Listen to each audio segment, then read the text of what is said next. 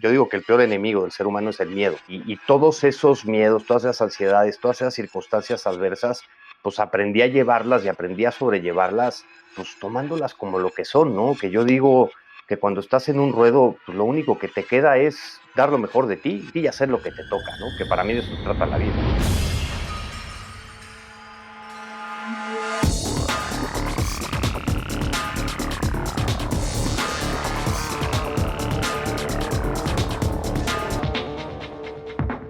Hola y bienvenidos a un nuevo episodio de Cracks Podcast. Yo soy Oso Traba y entrevisto cada semana a las mentes más brillantes para dejarte algo único y práctico que puedas usar en tu vida diaria.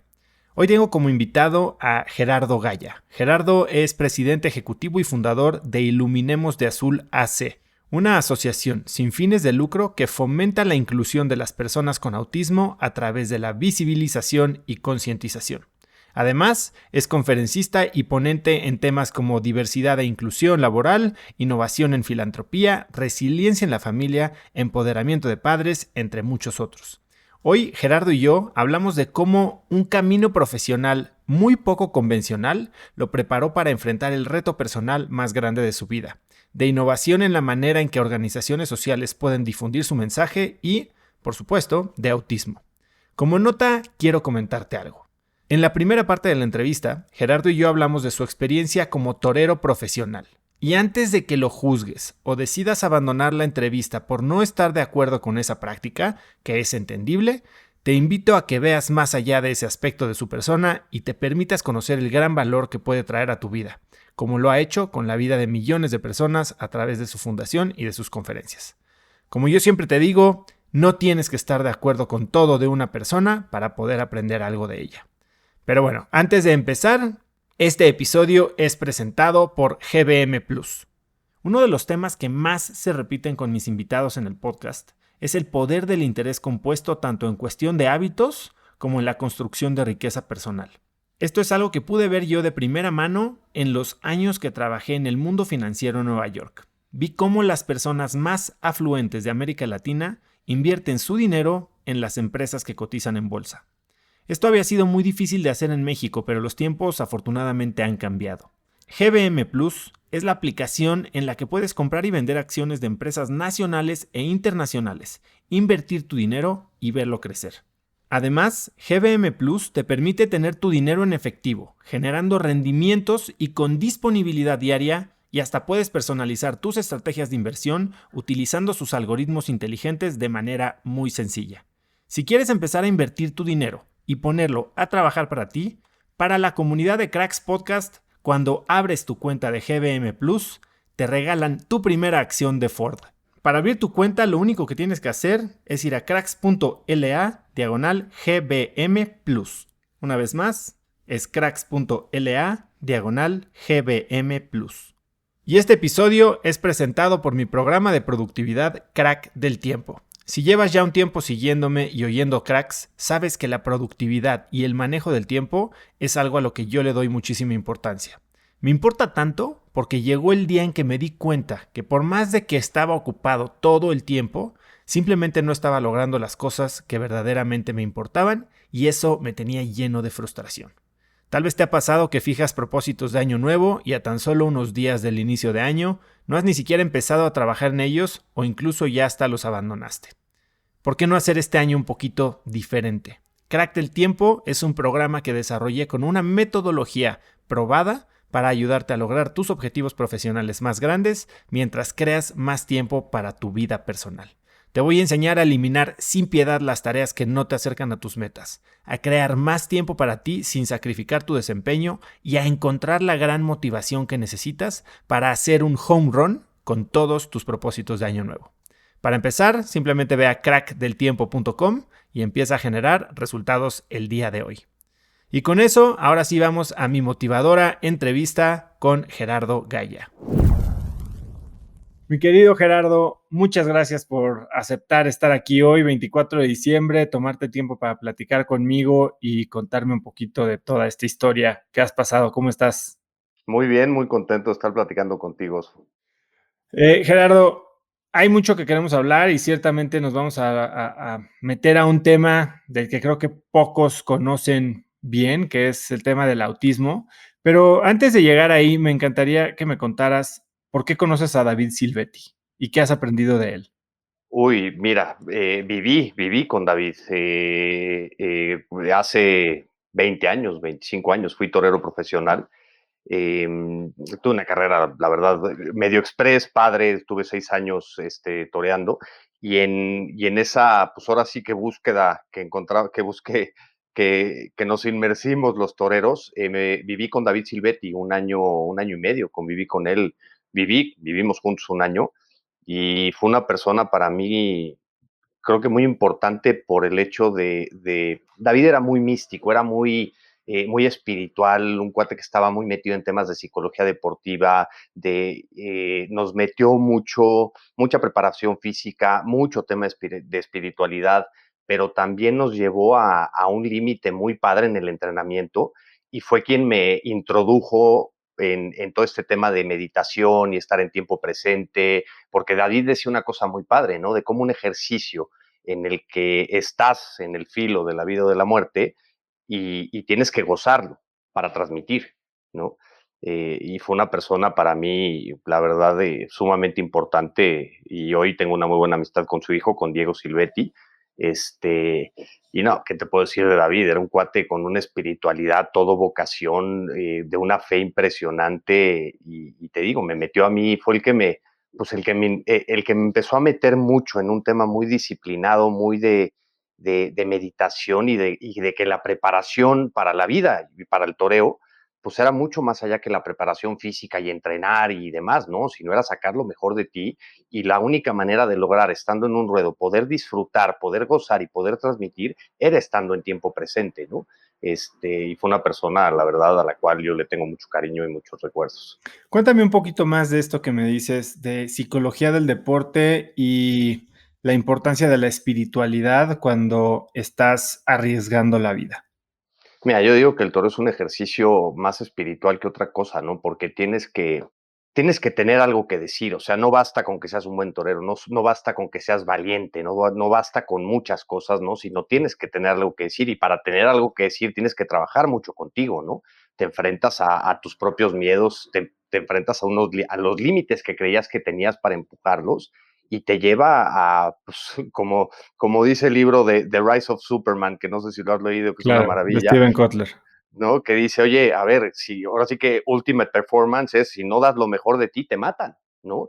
Pero además de todo eso, el hecho de ponerte en tiempo presente, de hacer ejercicios de previsualización, de hacer ejercicios de meditación, de relajación, para lograr estar pues ahora sí que en este flow, ¿no? O pues en donde te olvidas que tienes cuerpo, que te olvidas que estás ahí y dejas que fluya.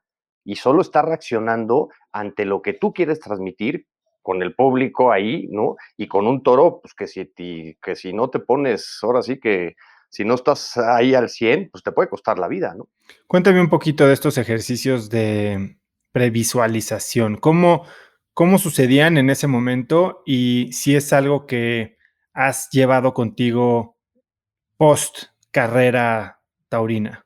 Sí, cañón. Mira, para mí el toreo, y siempre lo he dicho, se convirtió en una manera de entender y de afrontar la vida, ¿no? Porque al final del día todo lo que sucede en el toreo es como la vida misma.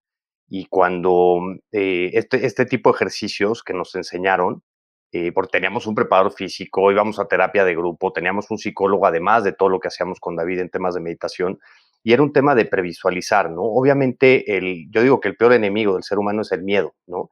Y cuando te vas a jugar la vida, pues obviamente te da muchísimo miedo, no hay ninguna persona que te diga que no le da miedo, ¿no?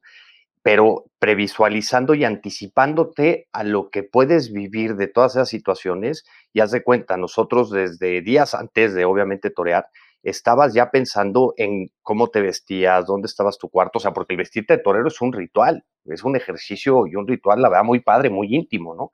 Y entonces te empezabas a imaginar todo, cómo era el cuarto del hotel, el traje que te ibas a poner, cómo estabas vistiéndote, cómo salías del hotel, cómo llegas a la plaza, te imaginas la plaza de tal manera que cuando llegas a esa situación, tu mente, entre comillas, ya lo vivió. Entonces ya no te sorprende, ya no te abruma, ¿no? Y puedes ahora sí que tomar pues como un higher ground ante las circunstancias para que el miedo no te gane y el nervio no te rebase, ¿no? porque obviamente pues, el toreo da mucho miedo, ¿no? Y quien lo niegue, yo creo que no está diciendo la verdad, ¿no? ¿Y hoy cómo utilizas estas herramientas que te dio David? Fíjate que curiosamente las retomé cuando, y a lo mejor me voy a adelantar mucho, pero cuando di el discurso en la Ley General de Autismo, que me invitaron a darlo, fue cuando retomé un poco todo el tema, ¿no? Obviamente, que te inviten a dar un discurso frente al presidente de la República en Palacio Nacional, obviamente abruma un poco, ¿no? Y la verdad si dices, ay, güey, ¿no? Y te impone mucho, ¿no? Pero curiosamente yo ya había estado en Palacio Nacional por el trabajo que tenía en ese entonces, y empecé a retomar todo esto, ¿no? De meditación, de ejercicios de relajación, de previsualizar, ¿no? La llegada a Palacio Nacional, el presidente, el momento, todo, para que no me abrumara. Y como yo decía, lo único que no puedo hacer aquí delante del presidente es ponerme a llorar como Magdalena y pegar un petardo, ¿no? O sea, si estamos firmando una ley, pues tengo que estar a la altura del tema, ¿no? Y fue cuando retomé todo. Y también mucho antes de, por ejemplo, yo digo, yo ni siquiera era, ¿no? Y cuando empecé a dar las primeras conferencias, pues me daba mucho nervio, me generaba mucha ansiedad y era de, ahora sí que reactivar los triggers, ¿no? Yo digo que cuando yo agarro así y me empiezo a hacer así, es porque estoy buscando ese trigger para volverme a meter en esa zona, ¿no? De tiempo presente absoluto, para relajarme, para encontrar esa forma, ¿no? Y lo llevo y lo he llevado, pues ahora sí que a lo largo de estos 6 años lo retomé muy padre, en temas de meditación, porque obviamente el trabajo y la presión que tienes al dirigir una organización de la sociedad civil también puede ser muy abrumante, ¿no? Existe mucho sacrificio personal, existe mucho sacrificio profesional, que yo digo, bueno, va a ver, ¿quién en su sano juicio a los 42 años decide renunciar a su trabajo para dirigir una fundación como tal, una organización de la sociedad civil en México, ¿no? En donde está muy poco profesionalizado el sector, y todos esos miedos, todas esas ansiedades, todas esas circunstancias adversas, pues aprendí a llevarlas y aprendí a sobrellevarlas, pues tomándolas como lo que son, ¿no? Que yo digo que cuando estás en un ruedo, pues lo único que te queda es dar lo mejor de ti, o sea, confiar en tu preparación, confiar en tu intuición, confiar en que estás ahí y dar lo mejor de ti y hacer lo que te toca, ¿no? Que para mí de eso se trata la vida. Y hoy cuando estás ante una situación que puede parecer amenazadora o que te pone nervioso, ¿cuál es el ritual que sigues? ¿Cómo te preparas? Respirar, respirar, tomármelo con calma, tratar de tomar perspectiva de las cosas, ¿no? Fíjate que una de las cosas en el toreo creo que es muy difícil, y sobre todo por la etapa de vida en lo que lo vives, a los 20 años, 18 años, 22 años, en donde un día eres el rey del mundo, literalmente, cortas una oreja en la Plaza México y eres el rey del universo, ¿eh? Y al domingo siguiente pegas un petardo y eres la cagada más grande que existe en el planeta, ¿no? O sea, de tener ahora sí que de no poder entrar a tu cuarto de la cantidad de gente que está ahí, a que no haya nadie, ¿no? Tomar perspectiva por encima de tus propias emociones, entender tus emociones, ser sumamente sincero con ellos, con lo que estás sintiendo y decir, a ver, aquí no pasa nada, ¿no? O sea, ni soy rey el domingo pasado, ni soy el más pendejo ahora sí que a la semana siguiente, ¿no? Tratar de mantener un balance y una estabilidad en donde las situaciones y las circunstancias, por más adversas que sean, pues no te sobrepasen, ¿no? Y que no sean, o sea, que puedas mantener una perspectiva de las cosas, ¿no? ¿Y tienes alguna práctica recurrente, es decir, algún tema de diario o alguna práctica así de todos los días de meditación en la que recorras lo que hiciste y lo pongas en un contexto de una vida más grande? No, fíjate que no tengo los mejores hábitos. Yo digo que soy muy cíclico, porque puedo echarme a lo mejor 3 meses de rutina diario de ejercicio y demás, ¿no? Tengo la espalda hecha pedazos, ya no puedo correr. Bueno, se supone que no me dejan correr. Me encantaba correr y pues he tenido que meterme más a yoga por temas de la espalda que me ha servido mucho, pero puedo echarme 3 meses haciendo yoga todos los días, o puedo echarme un mes meditando todos los días, o puedo dejarlo 3 meses, 4 meses. La verdad que soy medio cíclico, agarro como que momentos y temporadas en el año para hacer esas cosas, y también de acuerdo un poco a cómo estoy yo, ¿no? A las emociones que estás teniendo y demás. Gerardo, estoy seguro que hay gente probablemente que está pensando en parar este episodio ahorita Probablemente. por el tema que estamos tratando, ¿no? Que es el toreo. Y si bien dices que fuiste toreo hace 25 años, es un mundo muy diferente al que era hace 25 años. Eh, a los que estén pensando en apagarle ahorita y no tengan un poquito el criterio tal vez de escuchar lo que viene después y aprender de alguien que tal vez no ve ojo a ojo contigo en todos los temas, bueno, pues los invito a apagarle. Y si no, creo que se van a llevar una gran sorpresa cuando escuchen todo lo que Gerardo tiene que platicar. Pero cuéntame un poquito, ¿qué piensas tú hoy del toreo?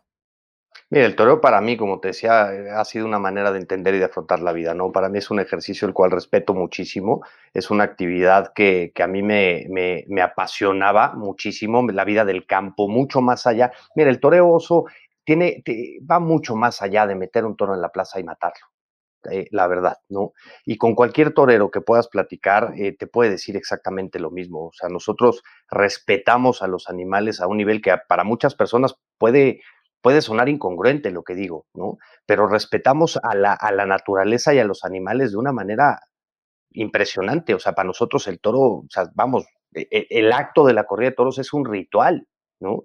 A mí me sigue gustando el campo para mí es mi vida, para mí es mi oasis, ¿no? Ir a una ganadería, a un rancho, subirme un caballo o algo es fue ese momento en donde me logro despejar casi de todo, ¿no? Lo hago muy poco, desafortunadamente, pero yo el toro lo respeto muchísimo y además es parte de mi historia, ¿no? Y muchas veces vamos, no hablo mucho de este tema porque al mismo tiempo, y como bien decías, puede haber gente pues que no ve ojo a ojo con esa manera pero todo esto que he hecho en mi vida de Iluminemos de Azul empezó por un festival taurino, empezó por una campaña que se llamó El Toro se viste de azul, y para mí el toreo ha sido, pues fue lo que me formó y fue lo que me forjó, ¿no? Hay mucho más allá de lo que la gente puede etiquetarnos a lo mejor como asesinos o como personas crueles, hay mucho más allá de todo eso, ¿no? ¿Y cómo lidias con eso hoy cuando tal vez tu mensaje, que es un mensaje pues muy noble, un mensaje de mucha esperanza y de eso vamos a platicar ahora, puede ser opacado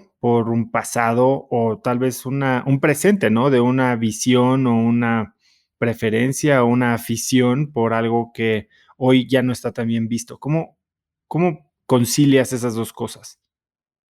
Mira, te voy a contar una historia muy breve, pero la primera plática que di fue en Nueva York, en un congreso que se llama Nexus Youth Summit, en la ONU, ¿no? Y me invitan a dar mi testimonio, así, ahorita platicaremos eso, pero todo pasó muy rápido, ¿no? Y cuando llego y estoy preparando la plática, era una plática de 15 minutos y en inglés, la primera vez que me paraba, bueno, la segunda después del discurso, que me paraba a hablar en público, ¿no? Y cuando empiezo a preparar la plática, de repente digo, pues a ver, pues, si le están interesados en que platique mi historia, el toreo forma parte de mí, ¿no? Y un amigo mío me decía, güey, de 500 era de filantropía innovadora, de inversión social, de inversión de impacto, y de emprendimiento social, ¿no? La mitad de ese foro iba a ser animalista, por lógica, ¿no? Y agarré y dije, a ver, pero es que yo no puedo negar mi pasado. A mí el toro es quien me ha hecho quien soy, o sea, quien me formó, quien me forjó, ¿no? Y agarré y dije, pues yo lo voy a decir, a ver cómo me va, ¿no? Y obviamente cuando digo que hace 20 años fui torero profesional, el cuarto así, ¡boom!, tensión absoluta, ¿no? Y agarro y digo, pero mucho más allá de ser una actividad polémica, mal vista por gran parte de la sociedad, era otro mundo, era otra manera de pensar, y yo respeto todas las opiniones.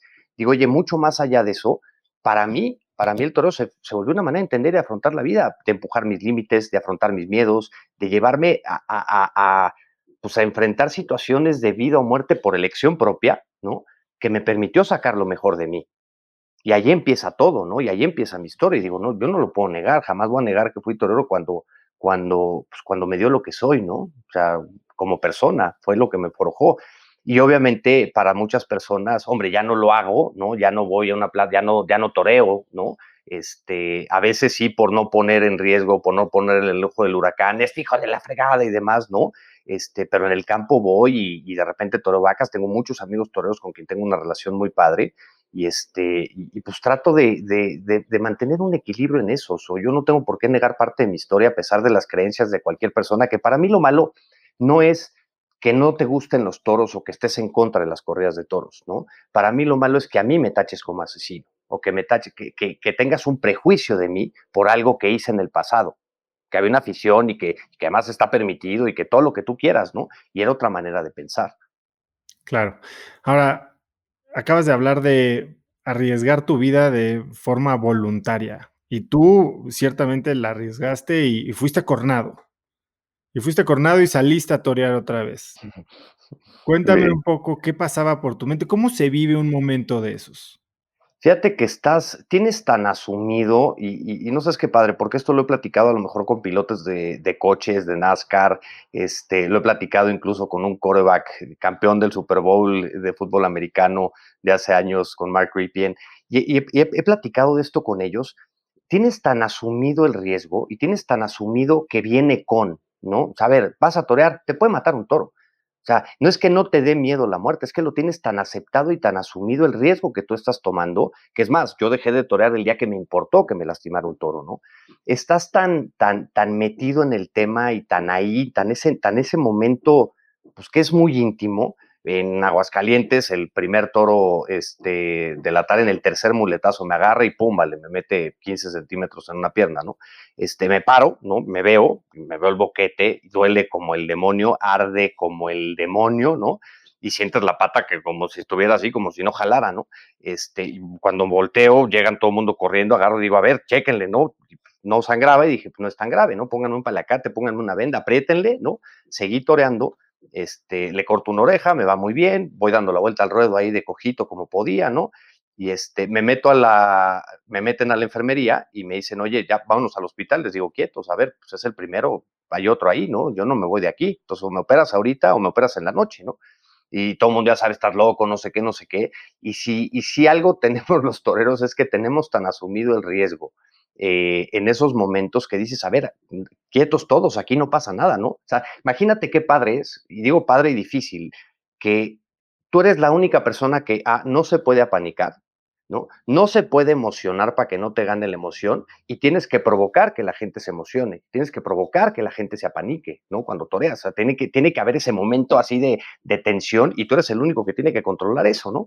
Entro a la enfermería, me operan, bueno, me dice el doctor, sí me da tiempo, ¿no? Digo, perfecto, corro el turno es que, ya se cuenta, yo toreaba el primero y el cuarto, entonces corro el turno del cuarto al sexto, ¿no? Me operan, ya me cosen ahí todo el desastre, ¿no? Incluso me tienen que poner 3 puntadas en la cabeza sin anestesia para que no hubiera bronca, te pegan unas palizas, te agarra un toro y te destroza. Me paro, salgo, ¿no? Y cuando salgo digo, pero qué tontería estoy haciendo, qué necesidad, ¿no? Y hay algo que te empuja y hay algo que te dice, no, a ver, es lo que quieres, aquí estás, ¿no? Salgo ahora sí que con la operada, con creo que 22 puntadas en la pierna de caballo, así doble puntada para que no se abriera y demás. Y le corto 2 orejas ahora sí que al siguiente toro. Y de repente yo salgo y yo casi ya, pues vámonos a festejar, me agarra el doctor a la ambulancia y vámonos al hospital, 5 días internado para que te pongan todo el antibiótico del mundo, ¿no? Y te puedo decir que fue para mí el día que más satisfecho estuve conmigo mismo, de saber que yo fui capaz de hacer eso. O sea, no sé qué tornillo a lo mejor nos falla ahí de repente, pero tienes tan asumido el riesgo y estás tan en ese momento tan clavado, pues que te lleva a un límite o te lleva a situaciones que no pensabas que fueras capaz de hacer. Eso es lo que a mí me fascina del toro, es lo que me fascina de la vida, ¿no? Dime algo, Gerardo, ¿ha habido algún momento en los últimos 5 o 6 años, de ti como emprendedor social en el que comparaste una situación que estabas enfrentando con esa situación que viviste en el ruedo aquel día y que te hace pensar que si pudiste hacer lo otro, puedes hacer esto? Constantemente, constantemente, porque, hombre, yo como lo decía, hay mucho sacrificio profesional en dirigir una organización de la sociedad civil y siempre es una presión, ¿no? Por el presupuesto, por el pago de la nómina, porque siempre vas en contra de ¿cómo te diré? O sea, la gente cree, yo digo que sucede algo en el tema de la generosidad y de los donativos en México, ¿no? La gente cree que todo mundo te dona, por lo tanto nadie te dona. ¿No? O sea, pues, oye, pues, si todo el mundo te dona, ya no necesitas de mí, ¿no? Entonces siempre vivimos con un presupuesto. Yo digo que mi siguiente chamba va a ser consultor de cómo optimizar costos y procesos para que un peso parezcan 4, ¿no? Y que una persona parezca la chamba de 4. Pero constantemente, o sea, constantemente vives situaciones que te llevan al límite. Y luego yo también, por mi forma de ser, o sea, necesito del reto, necesito muchos le llaman innovación y muchos le llaman a lo mejor locura, ¿no? Pero de repente agarré a decir, oye, a ver, en México no se ha hecho una función del Rey León adaptada para personas con autismo, ¿por qué no? ¿No? Y a ver, y ponernos a mover y hacer lo que pase, ¿no? O sea, ponernos, yo digo que constantemente necesito de esas situaciones al límite para sacar lo mejor de mí, que a lo mejor no es tan bueno, o a lo mejor no sé, pero pues es lo que es, ¿no? No tienes carrera, Gerardo. No. ¿Por qué? Empecé a torear a los 17 años, me salí literalmente de prepa para meterme a la abierta. Mi mamá me agarró de los pelos y me dijo, ok, vas a entrenar, vas a torear todo lo que quieras, pero aquí te vienes a trabajar conmigo. Trabajar con tu mamá o en la empresa familiar es muy fácil porque puedes llegar a la 1 de la tarde y no pasaba nada, ¿no? Pero yo estaba metido, entrenado de 7 de la mañana, 12 del día y luego chambeando. Y mi familia me empujó mucho, me puso muchos límites en el sentido de decir, a ver, estas son las condiciones como te vamos a apoyar, ¿no? Tienes que presentarte en la México en menos de 2 años si quieres, ¿no? Entonces dije, va, le entro, ¿no? Ahora sí que agarré el guante, y pues dejé todo, o sea, estaba yo, ahora sí que en la disyuntiva de decir, hago el examen de admisión en la Ibero o doy el todo por el todo para hacer lo que me gusta, ¿no? Y no, pues me fui por el tema del toreo, dejé de torear a los 25 años y pues ya era muy tarde, entre comillas, ¿no? Nunca es tarde, pero ya no era, creo que el momento para estudiar una carrera. Y en ese momento, justo a eso quería llegar, porque pues terminas a los 25 años cuando mucha gente está terminando su carrera precisamente, y tú ya terminaste tu carrera deportiva, por decirlo así. Y entonces estás sin un título, sin una manera de entrarle a la normalidad de la vida de un profesionista.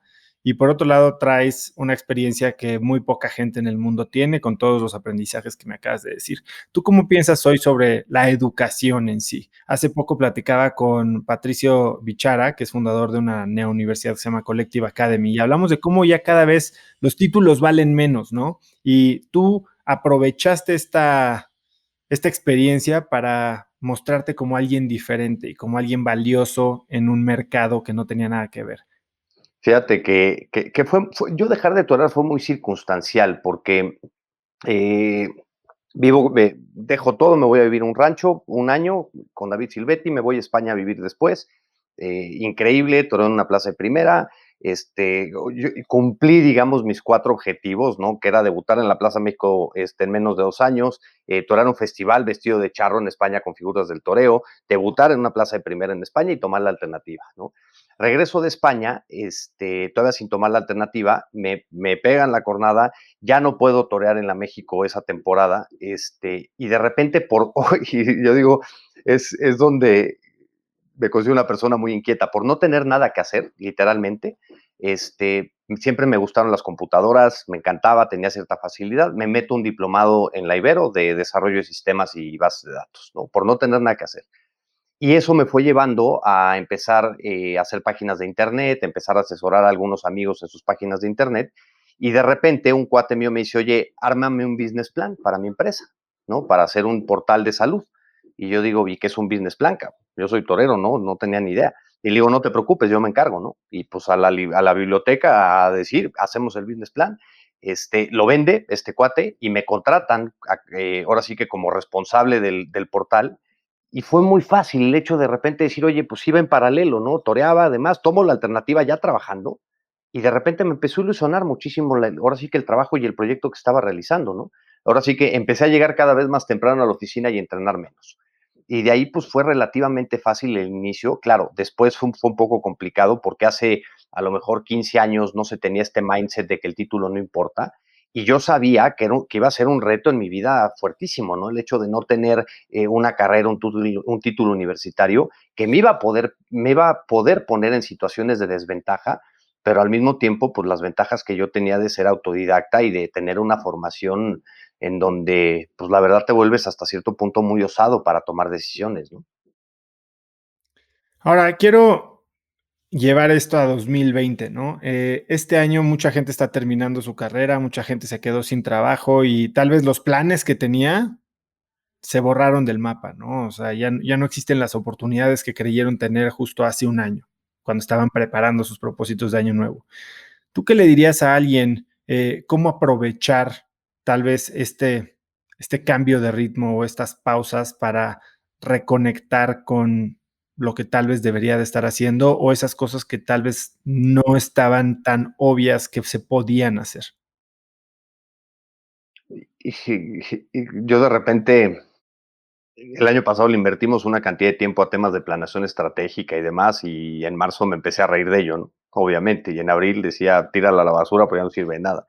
Yo creo que todo esto nos ha permitido replantear y redefinir muchísimas cosas, ¿no? O sea, y creo que el ser humano, yo estoy convencido que el ser humano es capaz de dar lo mejor de sí cuando no tiene otra opción y que todo esto creo que te permite redefinir muchísimas cosas y tomar una pausa, ¿no? Tomar una pausa, decir y evaluar y realmente a conocerte. Creo que todo esto, todas estas pérdidas, los duelos constantes, el miedo con el que estamos viviendo y todo, pues creo que es una oportunidad de aprender mucho también para conocerte, ¿no? Y para conocerte hasta adentro, ¿no? A conocer por qué reaccionas así ante todas las circunstancias y demás, porque eso te va a permitir en un futuro reaccionar ante otras cosas, ¿no? Yo creo que hay dos tipos de personas, los que situaciones tan adversas como las que estamos viviendo son capaces de sacar lo mejor de cada uno o las que de plano pues revientan y explotan como ejote y sacan lo peor de sí, ¿no? En todos los aspectos. Y yo creo que esto ha sido una oportunidad para todos de reestructurar por completo nuestra forma de pensamiento, lo que creemos por calidad de vida, ¿no? Lo que valoramos sobre todas las cosas, ¿no? Y que son momentos, pues creo que yo creo que va a ser el momento más duro que vamos a vivir como sociedad, por lo menos nuestra generación, y todos esos momentos históricamente han redefinido muchísimas cosas de la humanidad, ¿no? Yo creo que es un momento muy dificilísimo. Obviamente, todos hemos tenido pérdidas, todos hemos tenido una cantidad de pérdidas constantes, ¿no? Y de situaciones, si no es uno, es otro, es otro, es otro, y así hemos vivido durante 9 meses y nos falta. Pero yo creo que es un momento muy importante para redescubrir, para redefinir y para encontrarte, ¿no? Y para encontrar mucho pues, tu propósito de vida. ¿Y has tenido acceso a algún recurso? ¿Hay algún libro? ¿Hay algo que te haya enseñado o que te haya ayudado a aprender algo así de valioso este año? Además de la situación, algo que hayas utilizado para aprovechar la situación. Pues mira, he leído mucho, yo creo que es el año que más he leído, la verdad, me he tratado de dar el tiempo, el hecho de estar yendo y viniendo con la familia a algún lado y todo, porque estábamos en Cuernavaca al principio y de repente venía a México, los audiolibros, me volví fan de los audiolibros, y ha habido libros que me han encantado desde antes, por ejemplo, los de Mark Manson, del arte sutil, de que no te importa un carajo, ¿no? El segundo, que no es tan bueno como el primero desde mi juicio, ¿no? Pero esto, para mí, el volver a leer, el retomar todo este tema de meditación, el hacer yoga, el hacer estas pausas en esta vorágine de emociones, ¿no? De los miedos constantes y las preocupaciones, a mí me ha servido mucho, a mí me ha ayudado mucho el tomarme pausas, aunque sean pausas cortas, 15 minutos, 10 minutos, una hora, aunque sean pausas cortas, decir, a ver, pausa, güey, ¿no? Tratar de salirte de esa inundación, ¿no? Curiosamente, Alejandro Silvetti, hermano de Diego, a mí me traía cortito, no sabes cómo me exigía. Y un día me jala y me dice, a ver, Gaya, no puedes estar viviendo con el agua acá, el agua en los tobillos siempre, siempre. O sea, tienes que estar por encima de las circunstancias. Entonces, tomar esas pausas, leer, meditar, escuchar algún podcast que te guste, escuchar música, ¿no? Pero tomarte unas pausas para tomar perspectiva y salirte de esa vorágine de emociones para decir, a ver, tranquilo, tranquilo, esto va a pasar, ¿no? Y tratar de reaccionar pues sin pánico, que eso es para mí lo más importante, y tratar de guardar una prudencia. Yo creo que lo más difícil de todo esto es mantener la salud emocional, ¿no? Bueno, Gerardo, vamos a entrarle un poquito al tema, ¿no? Al tema fuerte, que la verdad es un tema que a mí me parece muy interesante, del que por más que la gente ya tiene conciencia de que existe, muy pocos entienden de qué se trata. Explícame qué es el autismo, porque tú has dicho que pensaste que tendrías que enseñarle a tu hijo sobre el mundo, pero que ahora tienes que enseñarle al mundo sobre tu hijo. Tú tienes un hijo, Álvaro, que fue diagnosticado con autismo, pero ¿qué es? Mira, el autismo es una condición de vida. Hay muchos mitos y muchos estigmas alrededor del tema, ¿no? Yo lo defino muy fácil, es simplemente una manera de procesar la información diferente, ¿no? la definición clínica y todas estas cosas, la verdad es que a veces ni yo las entiendo, ¿no? Porque para mí es tan simple y tan complejo a la vez, pero como una condición de vida. O sea, es una persona como tú y como yo, nada más que no procesa la información ni como tú ni como yo, no se comporta como tú ni como yo, o a lo mejor no se comunica como tú y como yo, ¿no? Y yo digo que tan solo es una condición de vida, nada más, ¿no? Y sí, tener un hijo con autismo ha sido para mí, yo creo que el reto más fuerte que he tenido en mi vida, en donde tienes que educar a tu hijo a un mundo que no está preparado para él, ¿no? Y que tienes que generar, pues yo digo que hay dos formas, ¿no? O te encierras en tu casa y te lamentas o haces algo al respecto, ¿no? Y en mi caso, pues lo he tomado como, pues como la oportunidad de concientizar ahora sí que a la sociedad, a un mundo más empático, nada más, ¿no? O sea, porque muchas veces la pregunta del millón, ¿cómo debo tratar a una persona con autismo? Y digo, pues, ¿cómo te gusta que te traten a ti? Me voy a ir un poco más para atrás y discúlpame si hoy hago preguntas en extremos simples, pero tú lo dijiste, ¿no? El miedo a lo desconocido es lo que más nos aleja del resto de las personas y nomás nos frena. Y creo que si lo que queremos es concientizar, y a mí me encantaría entender la parte clara, ¿no? Me hablas de una respuesta muy filosófica, es una condición de vida. Perfecto, para ti ya lo entendiste así. ¿Qué es para mí el autismo? ¿Qué es para alguien que vive fuera y que trata a la gente como la quieres que te traten a ti, pero entendiendo que es alguien que no procesa la información igual? Yo he escuchado de esto de déficit de procesamiento sensorial o desorden de procesamiento sensorial. He oído términos como el espectro autista. Explícamelo con manzanas. Mira, es tan amplio, ¿no? Y yo digo que de entrada, y de repente lo digo muy irónicamente, ¿no? Pero cuando inventaron la palabra autismo no se dieron cuenta de algo, ¿no? Trastorno del espectro autista. Trastorno. Suena, ¿no? Psiquiátrico, suena loco, suena trastornado, ¿no? Y más en un mundo tan coloquial como el mexicano, ¿no? Espectro, la connotación de espectro que tiene la palabra en este país es tremenda. Entonces te dicen, tu hijo tiene trastorno del espectro autista, perdón, te cagas. Dices, ¿qué es eso? ¿No? O sea, la verdad, ¿no? Pero para mí, todo esto, y se llama espectro porque si conoces una persona con autismo, conoces a esa persona con autismo, ¿no? Porque cada persona es totalmente distinta. Algunos con retos en la comunicación, algunos con retos en la conducta, algunos con retos en el comportamiento o en el lenguaje o en el habla, ¿no? Incluso, que es muy diferente comunicarte a tener lenguaje, son dos cosas totalmente distintas, ¿no? Y es una condición sumamente compleja de entender y de explicar por eso, porque cada persona es totalmente distinta. Una mujer adulta no verbal que se llama Sharisa Koschmeister dice que el autismo es un regalo disfrazado de dilema, ¿no?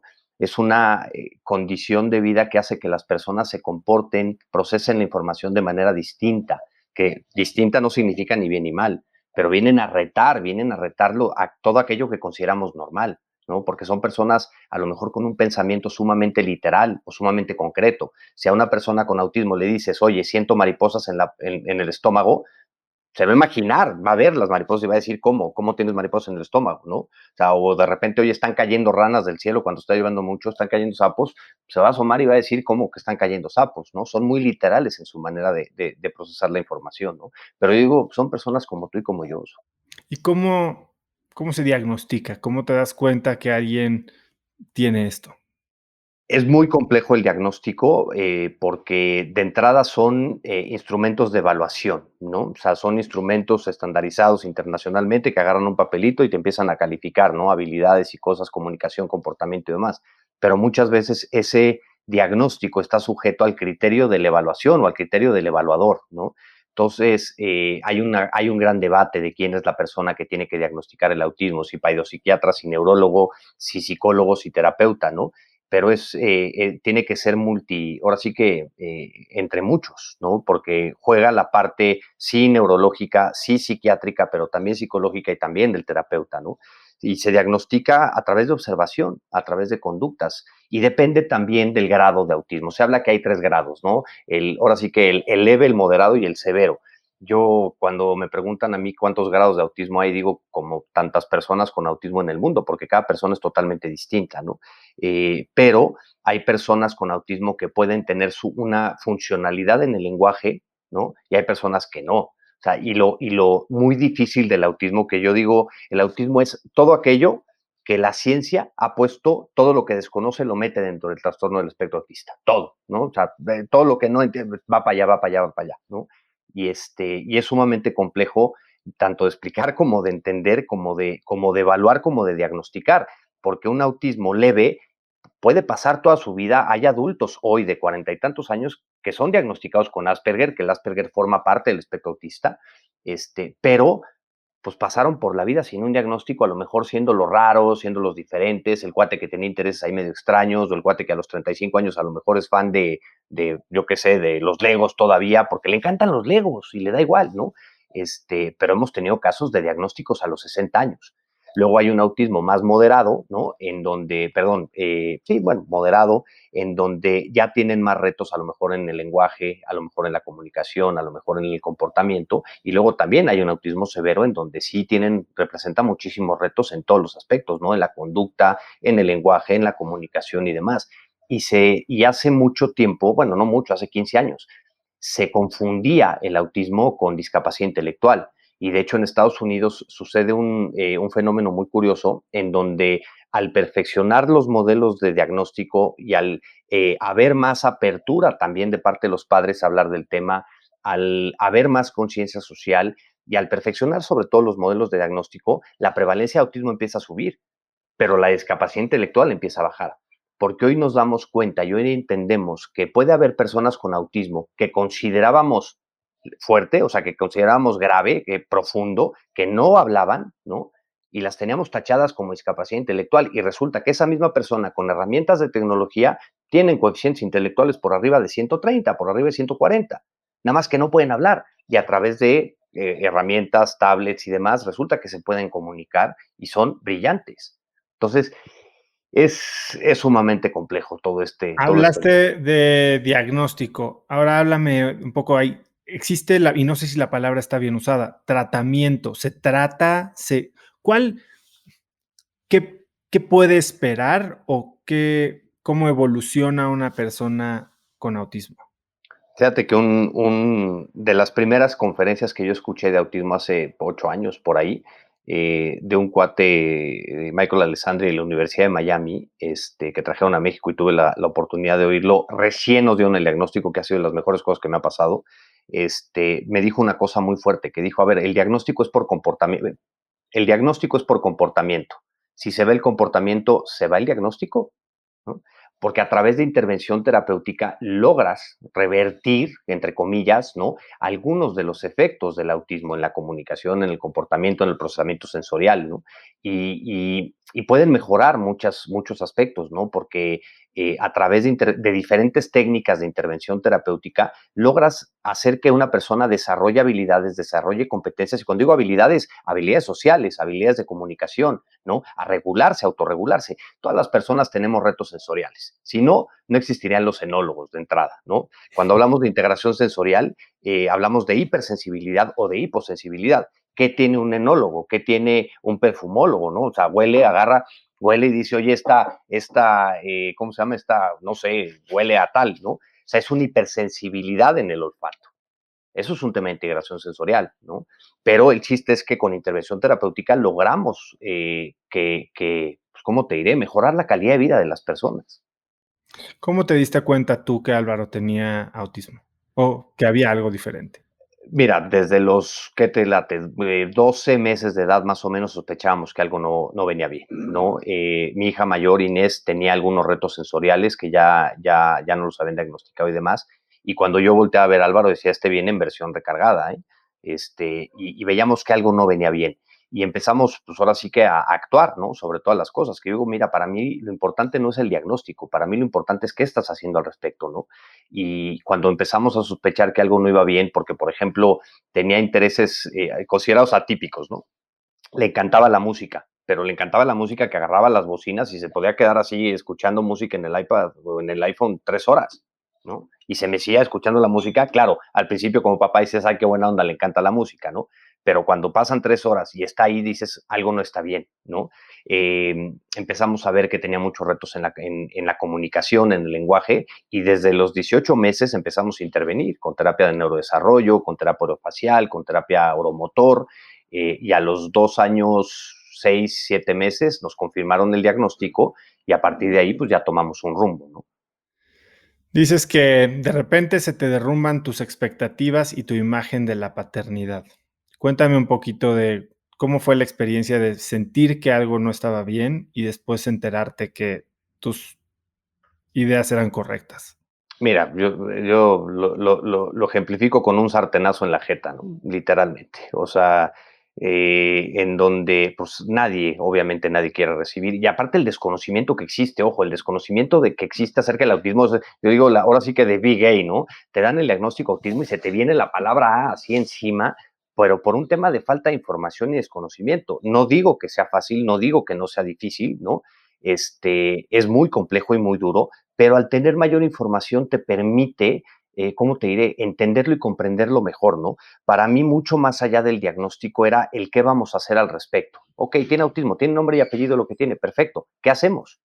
O sea, no digo cómo lo resolvemos, porque no lo vamos a resolver, porque nunca se le va a quitar, pero ¿qué hacemos al respecto? ¿Cómo intervenimos? ¿Cómo nos movemos para al final del día, pues hacer lo que tienes que hacer como padre, que es educar a tus hijos y sacar lo mejor de ellos? Y para sacar lo mejor de ellos tienes que sacar lo mejor de ti. Y muchas veces se habla del duelo, ¿no? Del duelo en el diagnóstico, del duelo en la discapacidad y demás. Y yo digo que es muy sencillo, ¿no? Es un duelo muy difícil porque cualquier proceso del duelo sabemos que es así, no pasas las etapas del duelo. Y aquí entras en un loop porque duele constantemente. Una vez que lo aceptas, vives alguna situación que te vuelve a derrumbar, ¿no? Y pasas otra vez a la negación y el coraje y todo esto, ¿no? Y estás constantemente metido en esos círculos, pero para mí lo importante es romper esos círculos porque cuando a mí me dicen del duelo, del diagnóstico, yo cuestiono mucho eso porque digo, a ver, ¿cuál fue la pérdida? Si hablamos de duelo, hablamos de pérdida. Entonces, ¿cuál fue la pérdida? La pérdida de tus expectativas como padre, ¿no? Vas a ser papá, te imaginas que vas a estar jugando fútbol con tu hijo, ¿no? Increíble, aquí pasándote la pelota y te los vas a llevar en bici y demás. Y resulta, y te pongo el ejemplo de Álvaro, pues Álvaro le fascinan las pelotas, pero lo que no le gusta es jugar fútbol, porque lo que le gusta de las pelotas es aventarlas por las escaleras que tú estés abajo y se las regreses. Y yo me he tenido que adaptar a él, porque lo difícil del autismo, y creo que es una lección para cualquier papá y para cualquier mamá y para cualquier persona, es que mi relación con cualquier persona con autismo tiene que nacer a partir del interés de la persona. Porque si no, ya hay una anécdota que cuento mucho en las conferencias que digo, ahora sí que las conductas contra el entorno, ¿no? Porque de repente una tía mía me dice, oye, es que no me hace caso, ¿no? O de repente, oye, ¿cómo me dijo? Si le hablo, ¿me entiende? Y le dije, pues, ¿cómo, tío? Pues si no es pendejo, perdón, ¿no? Perdón la palabrota, ¿no? Pero y agarra y me dice, bueno, pero es que como que no le intereso. Pues conviértete en la cosa más interesante del cuarto para llamar su atención y date tú la oportunidad de interactuar con él. Eso es lo difícil, ¿no? O sea, la pérdida de tus expectativas como papá, eso es lo que tienes que trabajar. Pero ¿quién lo tiene que trabajar? Tú como padre, ¿no? Para buscar, pues, una relación a partir del interés de tu hijo, ¿no? Que creo que es una lección de vida. Y entiendo perfecto lo que me estás diciendo, y creo que eso no es exclusivo del autismo. Yo creo que como papá tenemos expectativas de que nuestros hijos sean lo que no pudimos ser, o mejor que lo que fuimos, o igualitos a O lo que nosotros, o fuimos. exactamente. Y y a veces la ruptura en la relación sale de que el hijo no está llenando esas expectativas de quien quieres que sea, en vez de tú trabajar en la relación jugando a lo que tu hijo quiere jugar, o sea, así de fácil. Y yo digo, así de fácil, así de simple, y con el autismo lo único que sucede es que eso, pues, a lo mejor un poquito exacerbado o exponencializado, pero es exactamente lo mismo, que yo es cuando digo en los talleres que damos de padres, ¿no? De empoderamiento de padres, digo, a ver, o sea, o cuando reto el tema de la paternidad, digo, pues, que la paternidad no es sacar lo mejor de tus hijos, independientemente de sus gustos, preferencias, habilidades, se trata de sacar lo mejor de ellos. Entonces, pues, creo que es una oportunidad y un gran aprendizaje, ¿no? Definitivamente. Ahora, ¿en qué momento aceptaste esto? ¿En qué momento cambias de un incertidumbre diagonal duelo a un aceptación acción? ¿Pasó algo concreto que te permitiera a ti dar ese salto? Yo creo que por mi forma de ser, Oso, porque a mí cuando me dieron el diagnóstico, ¿cómo te diré? No me derrumbó, o sea, fue de, ok, tiene nombre y apellido esto, sigamos, ¿qué hacemos? ¿Qué hacemos al respecto? Mucho más allá, porque yo he llegado a la conclusión que el diagnóstico en cualquier circunstancia y el diagnóstico que sea, es aquello con lo que tú puedes vivir en paz como padre para hacer lo que tienes que hacer, que ser la mejor versión de ti mismo para sacar la mejor, para sacar lo mejor de tu hijo, que tenga una calidad de vida. O sea, ¿qué queremos cualquier papá? ¿No? Que tengan calidad de vida y que tengan una vida independiente. Yo digo, yo quiero lo mismo para mi hijo, con autismo, sin autismo, yo quiero lo mismo para él, ¿no? Entonces, para mí fue hasta cierto punto simple, no digo que simple, pero fue hasta cierto punto fácil el aceptar el diagnóstico y decir, ok, se llama autismo, ¿qué hacemos al respecto? ¿No? Y digo, yo le achaco todo eso a lo mejor sí a mi forma de ser, a la formación que tuve, etcétera. Pero para mí fue muy fácil. Ahora, eso no quiere decir que no vivas este duelo constante, ¿no? Porque también yo me he cuestionado mucho, a lo mejor todo lo que he hecho con Iluminemos de Azul, a lo mejor forma parte de mi duelo, a lo mejor forma parte de mi dolor, ¿no? No lo sé, nunca me lo he cuestionado y tampoco es que me quiera, que me clave yo mucho en eso, ¿no? Pero a lo mejor, que a lo mejor esta circunstancia, pues ahora sí que de tener un hijo con autismo, que yo digo, ha sacado lo mejor de mí, ¿no? Como persona, a lo mejor no como papá, pero como persona sí, pues el aceptar las cosas como son, pues es que eso no lo voy a cambiar, eso, o sea, eso no lo voy a poder cambiar. ¿Qué sí puedo cambiar? Pues mi actitud al respecto. ¿Qué sí puedo hacer al respecto? Intervenir como lo mejor que pueda, con las herramientas que tenga y bajo las circunstancias que estén. Has dicho que un papá derrotado hace que un hijo no esté bien. Y ciertamente, como lo has mencionado, pues hay momentos muy difíciles, ¿no? ¿Cómo le haces para salirte de estos momentos cuando te sientes derrotado? Aceptándolo, y lo he vivido muchas veces, ¿no? Como te decía, es un duelo, un dolor de repente constante, ¿no? O cíclico también, porque de repente das 2 pasos, avanzas mucho, ¿no? De repente tu hijo te sorprende, que de repente tu hijo de ser no verbal, ¿no? O preverbal, porque ahora ya no se considera ningún niño no verbal, sino preverbal, de repente se voltea y te dice: "Pa, ¿me prestas tu computadora?", y dices: "¿Qué acaba de pasar aquí?", ¿no? Pero al día siguiente vas al cine y acabas casi a madrazos con el cuate de la fila enfrente porque pues Álvaro se paró emocionado y movió la silla y el cuate le faltó tantita empatía para voltearse y armártela de jabón, ¿no? Sin cuestionar, ahora sí que sin preguntar ni nada, ¿no? Entonces pasas de esas cosas, pero para mí cuando suceden esas cosas trato de tomármelo, ¿cómo te diré? Hasta cierto punto con ironía, ¿no? O sea, literal, ¿no? En donde digo, a ver, yo no puedo calificar a la persona que lo está haciendo o que está juzgando, porque pues no la puedo juzgar. O sea, ¿quién soy yo para juzgarla? No tiene información. Pero la cara de las personas cuando le dices, oye, perdón, ¿tiene autismo? O sea, hay quien reacciona de se paraliza, hay quien reacciona de que te dice, ok, perdón, no pasa nada, ¿no? O hay quien agarra y te dice, y agarra al niño y le mueve el pelo y lo despeina y juega con él, ¿no? O sea, es, es muy, es muy curioso ver las reacciones sobre el tema. Y por eso yo lo que digo, que más allá de un papá derrotado, o un papá, a mí no me gusta la palabra empoderamiento, pero vamos, una aceptación tal del diagnóstico que tú puedas hablar de ello y que si tenemos alguna circunstancia de que Álvaro se salga de sí en un centro comercial o que a lo mejor le mueva la silla al cuate al lado y que yo pueda pararme con él y decir, oye, perdón, tiene autismo y no pasa nada, ¿no? Me llevó muchos años entenderlo, obviamente, ¿no? Pero tú cuando, que esa es para mí la importancia de la concientización, ¿no? Que cuando tú eres capaz de exteriorizarlo, primero lo estás aceptando, ¿no? Después, cuando eres capaz de comentarlo con alguien ante cualquier circunstancia adversa, pasas de un juicio social, de un dale una nalgada a ese niño, a un, oye, está todo bien, te puedo ayudar en algo, ¿no? Que imagínate los polos, que es donde yo digo de la inclusión nos beneficiamos todos, porque pasamos de un mundo de juicios, de prejuicios, ¿no? De calificaciones a un, oye, está todo bien, te puedo ayudar en algo. Y cambia por completo la perspectiva y la vida de todos. Para un papá que tiene un hijo con autismo, que sospecha que tiene un hijo con autismo, ¿hay algún libro que les recomendarías, algún recurso que les recomendarías? Es más, para alguien que ya sabe que tiene autismo y que sea como una herramienta para lograr todo esto que me estás diciendo, ¿no? Aceptación, inclusión, hasta cómo manejar la pareja.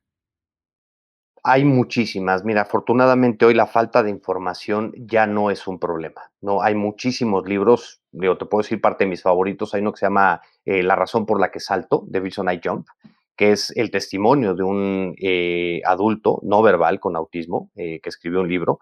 Hay un libro que me encanta que se llama Neurotribus, ¿no? Neurotribes de Steve Silverman, que tiene un TED increíble de cómo promueve mucho la neurodiversidad. Pero hoy afortunadamente la falta de información ya no es un tema, ¿no? Hay un portal de internet que se llama Autismo Diario, que tiene cualquier cantidad de artículos sobre el tema que quieras de neurodesarrollo o de autismo o de Asperger o de integración sensorial o de diferentes cosas, pero el estar informado para mí te permite tomar decisiones, porque yo digo, a ver, en esta conferencia que te platicaba de Michael Alessandri, ¿no? De repente agarra cuando explica todo el tema del contexto del autismo, las intervenciones y demás, de repente yo agarro, me levanto la mano y le digo, oye, ok, ¿y ahora qué hago? ¿No? O sea, me acabas de poner un panorama de 7 intervenciones terapéuticas que conoce la ciencia, tantas herramientas y demás, ¿no? ¿Y ahora qué hago? ¿No? Y me dijo, ser lo razonablemente responsable como padre para tomar las decisiones. O sea, ¿quién va a tomar las decisiones sobre tu hijo? Tú como papá. ¿Cuál es tu rol? Estar informado, pedir opiniones y estar ahí, ¿no? Para poder, pues, insisto, tratar de sacar lo mejor de tu propio hijo, ¿no? Y educarlo, y lo digo mucho, para un mundo que no está preparado para él. Cuéntame un poco cómo ha sido el efecto de este diagnóstico o de esta realidad en tu relación de pareja.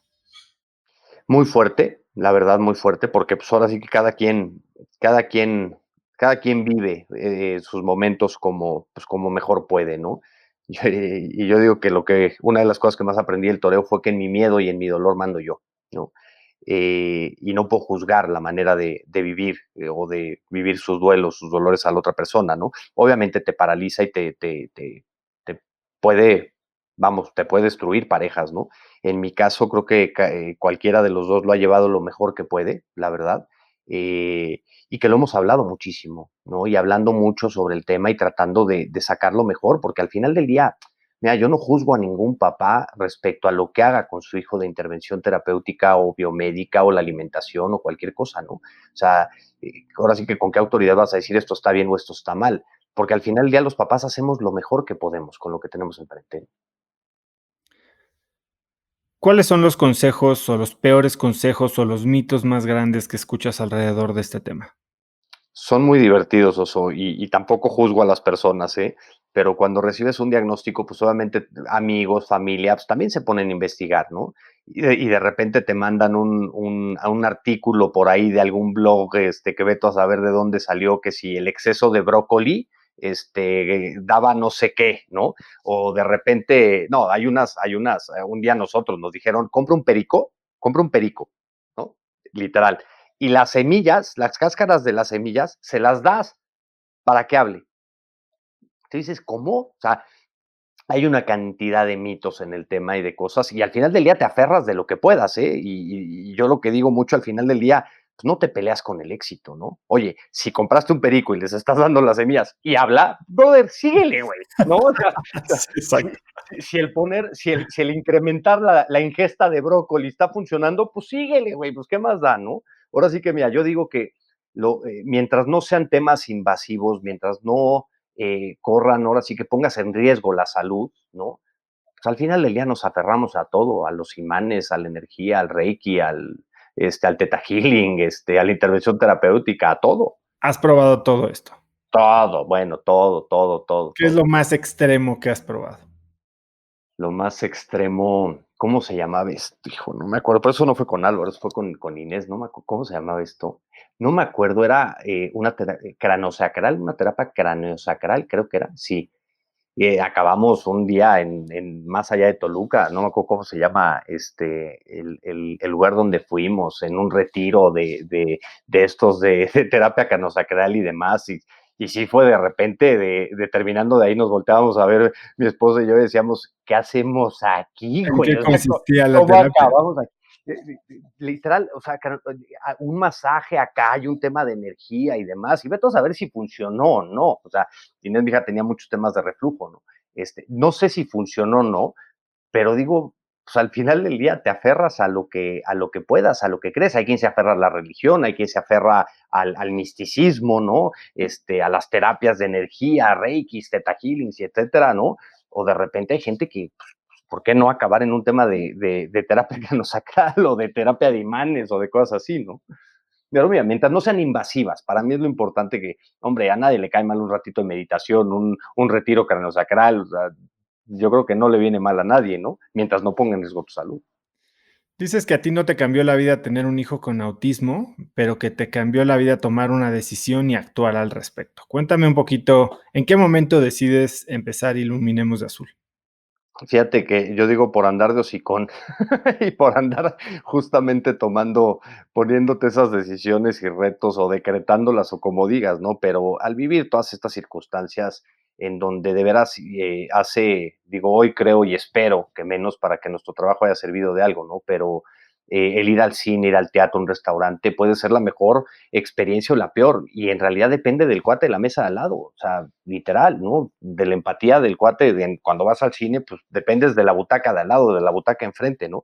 Y al vivir todas estas que empiezas a acumular, la verdad, y son frustrantes y a veces, bueno, te acabas, pero de veras a grito pelón, pues de repente subiéndome un avión casi acabo a golpes con un pasajero, me trabé del coraje, de frustración, de miedo, de dolor, yo qué sé, porque tampoco fui capaz de decirle, oye, tiene autismo y no pasa nada, ¿no? O sea, que también lo hubiera podido hacer, pero pues no tenía yo en ese momento a lo mejor las herramientas o el empoderamiento o no sé, la fuerza para decirlo. Casi acabo a guamazos y en ese momento decidí que si por mi cuenta cabía el 2 de abril, que es el Día del Autismo, no volviera a ser igual en este país, tuviera que hacer lo que tuviera que hacer, ¿no? Y eso me llevó a hacer un evento del Toreo se viste azul con un éxito que yo no me esperaba, o sea, y además yo me ataco de la risa porque de repente me dicen, oye, si hubieras sabido que el efecto que se hubiera provocado lo hubieras hecho, y estoy seguro que no lo hubiera hecho, o sea, lo hubiera metido la cabeza cual avestruz en la tierra y no hubiera salido de ahí, ¿no? Pero justamente empecé a tomar decisiones de que una cosa fue llevando a la otra hasta el punto, pues, de dirigir Iluminemos de Azul y de decir, o sea, pues, tenga lo que tenga que hacer, ¿no? Y siendo consecuente también un poquito pues con esa decisión de que el autismo no volviera a ser igual en este país y agarrar Iluminemos de Azul y tratar de darle toda la fuerza del mundo para crear conciencia, para brindar apoyo a las familias y para cambiar realmente pues, en temas de ciencia pública, ¿no? Para un marco legislativo y programas de apoyo y legislación y políticas públicas que realmente apoyen, porque fíjate un poquito la paradoja, ¿no? O sea, yo siempre lo he dicho, bueno, desde hace 3 años que hicimos un ejercicio de planación estratégica que me pregunta un consultor cuál es tu utopía de Iluminemos de Azul y digo, pues que no exista. O sea, trabajo para la extinción. Yo mi sueño dorado es que Iluminemos de Azul no exista, porque si no existe significa que no tengo a quién concientizar, que no tengo a quién tener que apoyar, porque ya existe una red de apoyo, porque ya hay políticas públicas para que no suceda lo que hoy sucede, ¿no? Y es donde yo digo mucho eso, de que a mí no me cambió la vida tener un hijo con autismo, ¿no? Me cambió la vida tomar una decisión y actuar al respecto, de dar literalmente lo que yo denomino un salto de fe, tirarme al precipicio, tomar la decisión de renunciar a mi trabajo para dirigir Iluminemos de Azul. Dije, por lo menos un momento en mi vida, pensé que iban a ser 1 año, 2 años, llevo 6, ¿no? Y pues que ha sido capaz de sacar lo mejor de mí ante estas circunstancias, ¿no? Cuando empezaste esto tuvo tracción muy rápido, ¿no? A los 2 meses ya estabas en Palacio Nacional, después sacas un video con las estrellas internacionales más grandes del fútbol. ¿Cómo logras eso? ¿Cómo llegas ahí? ¿Cómo llegas tan rápido cuando ni siquiera tenías muy claro qué es lo que querías lograr? ¿No? Y aparte no tenía ni claro qué es Iluminemos de Azul, ni qué era, bueno, qué iba a ser Iluminemos de Azul. En una anécdota muy padre, cuando me siento con una muy amiga mía y le digo, oye, ¿qué te parece si hacemos esto? Si hacemos una campaña como Iluminemos de Azul. Y me dice, ¿y qué es Iluminemos Azul? Y dije, no tengo ni idea, vamos a ver en qué se convierte, ¿no? Pero en un alineamiento de los astros para mí perfecto, ¿no? En donde se junta mi inquietud con la voluntad de muchas personas. Estoy planeando de repente, me doy cuenta que si hacemos lo mismo que habíamos hecho en el mundo de los toros, con el toro se viste azul, y lo llevábamos al fútbol, entonces sí vamos a poner el tema en la conversación pública a gran escala, ¿no? ¿Cuál era el Eh, concepto del toreo se viste de azul? Nada más para entenderlo. Crear una campaña de concientización, o sea, utilizar la popularidad mediática que tiene el toreo, ¿no? Porque la tiene, ¿no? Porque a cualquier medio de comunicación le interesa ese tipo de contenido, aprovechar y yo, como digo, crear un video con figuras del toreo, ¿no? En donde participó el Juli, el Sotoluco, no me acuerdo cuántas celebridades también del mundo de los toros. Creamos un video, hicimos una campaña de concientización, repartíamos flyers en la Plaza México, el centro del ruedo de la Plaza México decía el toro se viste de azul, en el aniversario con la plaza con 50,000 gentes o 45,000 gentes ahí, ¿no? Transmitida a nivel internacional en España y en México, y era un tema de aprovechar la popularidad mediática de algo, de un sector, para crear conciencia, para poner el autismo en la conversación, ¿no? Y de ahí cuando vemos el éxito que tuvo, que mucho, pues el valor de eso fue la estrategia de relaciones públicas. O sea, yo conocía prácticamente a todos los periodistas taurinos, pero no fue de mandarles un comunicado de prensa, fue de hablarles por teléfono, echarme un café con ellos y decirle, oye, esto vamos a hacer, ¿no? Necesito tu apoyo. En el momento que hagamos la conferencia de prensa, pues aquello explota en el mundo taurino, en un sector polémico, mal visto, chico, etcétera, ¿no? Cuando yo agarro y digo, oye, si eso lo llevo al fútbol, cambio, o sea, ahí sí la pongo a gran escala el tema, ¿no? Entonces le propongo a Teletón, al Centro de Autismo Teletón, le propongo que hagamos una campaña con el fútbol. Ellos ya tenían relación con la Federación Mexicana de Fútbol y me dicen, ¿qué necesitas? Y digo, que me saquen una cita con Justino Compeán, que era el entonces presidente de la federación, ¿no? Y me dicen, ok, ¿y qué más?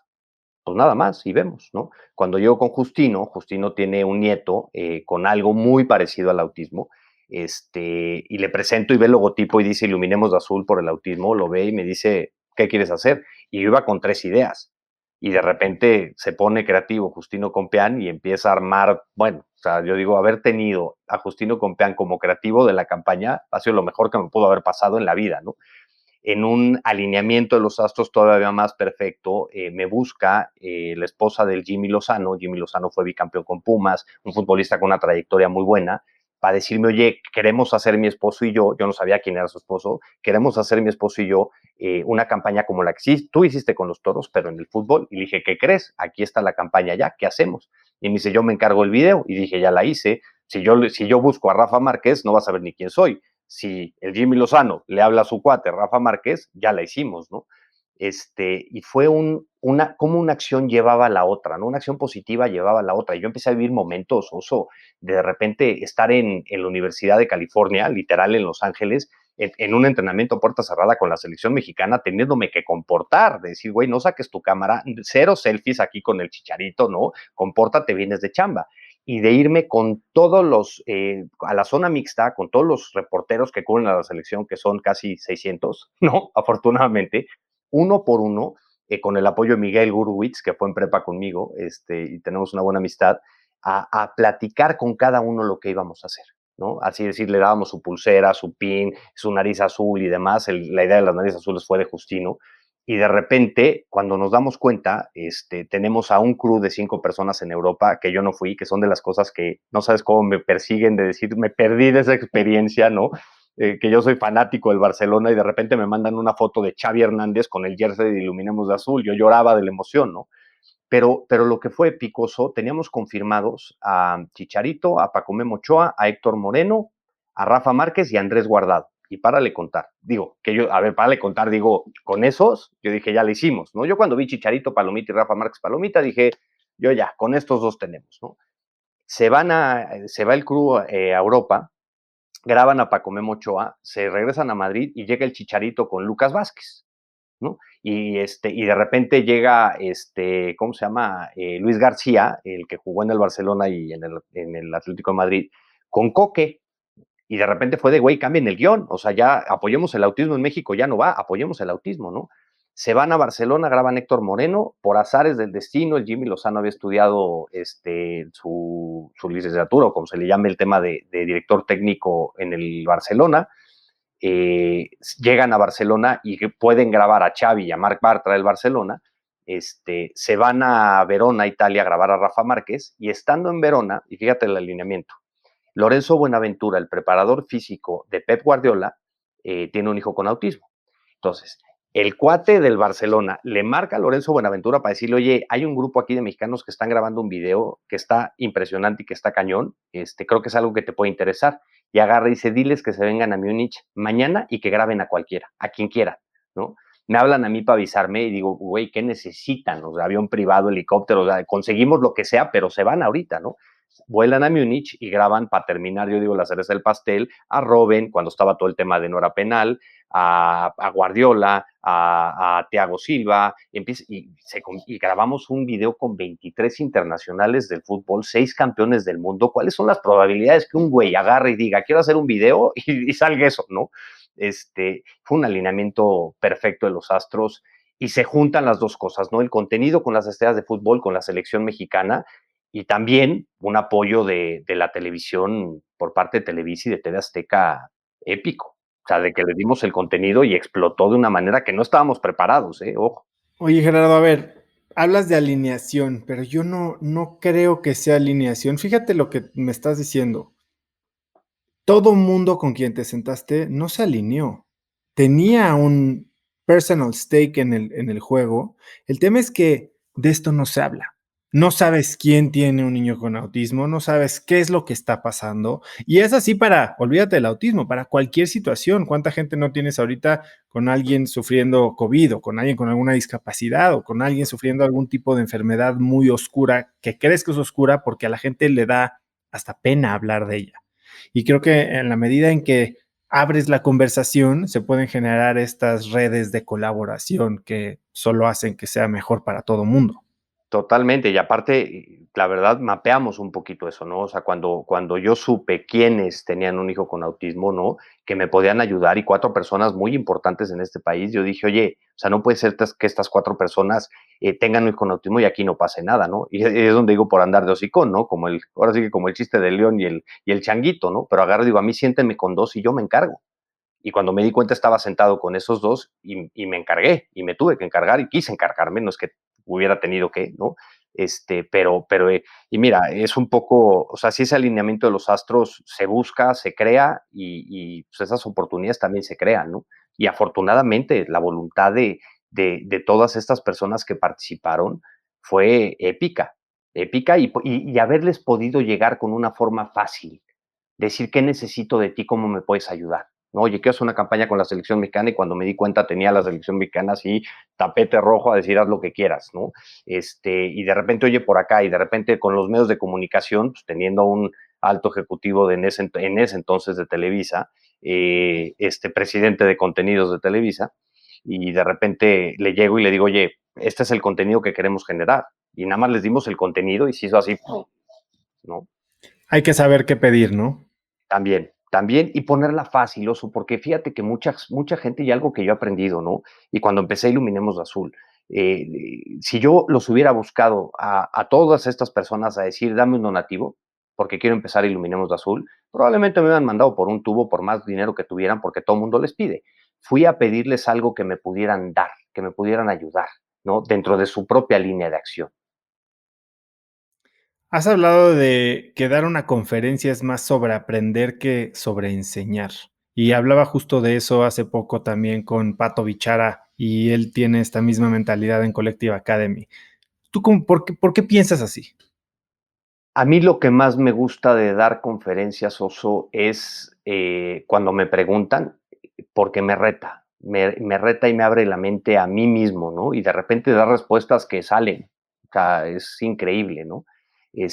Pero para mí es mucho más aprendizaje. La gente cree que les vas a ir a enseñar algo y el que aprende soy yo. O sea, el tener contacto con la realidad, el tener contacto con tantos profesionales, con tantos papás, con tantos terapeutas, con tantos maestros, te da una perspectiva, la verdad, muy buena, en donde muchos conferencistas profesionales dicen que te conviertes en predicador, ¿no? O sea, que estás preaching, que estás...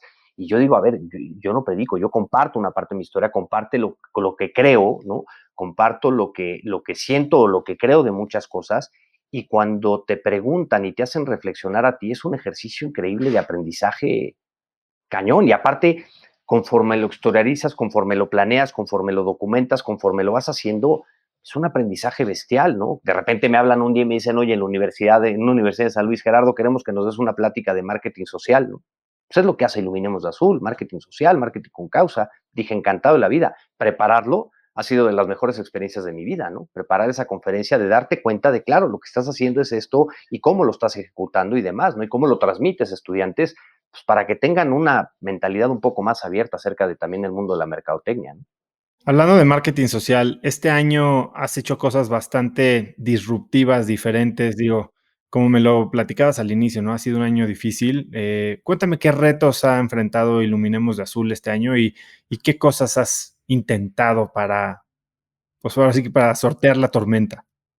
Fíjate que yo me río un poco de todo esto que te contaba, de que decía que el año pasado hicimos una planeación estratégica increíble, ¿no? Y en marzo fue de ja, ja, ja. O sea, entraron 2 personas a trabajar conmigo para hacer eventos el 1 de marzo, ¿no? O sea, sí fue de, oh, damn, ¿no? Y de repente, pues marzo empieza a recorrer todo lo que pasó, ¿no? Y cancelamos 48 campañas, actividades y conferencias y talleres durante el mes de abril, 48, ¿no? Y abril, siendo el mes del autismo, representaba el 60% de nuestros ingresos como organización. O sea, prácticamente nos dejaba en la lona, ¿no? O por debajo de ella. Y yo digo que en abril decía, a ver, ¿cómo afrontamos esto? Y decía, a ver, es un barco que se está hundiendo. ¿Cómo lo convierto en submarino? O sea, porque no vamos o sea, no lo vamos a sacar a flote. ¿Cómo lo hago submarino para que se adapte a las circunstancias, ¿no?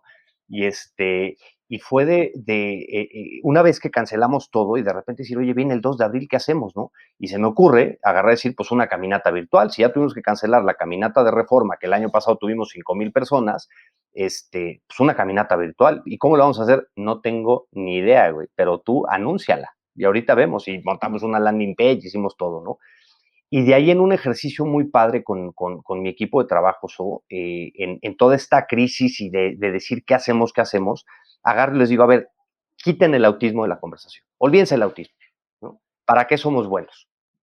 O sea, qué es lo fuerte de Iluminamos Azul, ¿no? ¿Para qué somos realmente buenos? A ver, tenemos experiencia en marketing digital, en comunicación, en relaciones públicas, en esto, a la fregada. Enfoquémonos en eso sin abandonar a nuestra comunidad. Que digo, a ver, el principal reto fue no abandonar a nuestra comunidad, ¿no? El confinamiento en una persona con autismo, el cambio de estructura puede provocar un caos.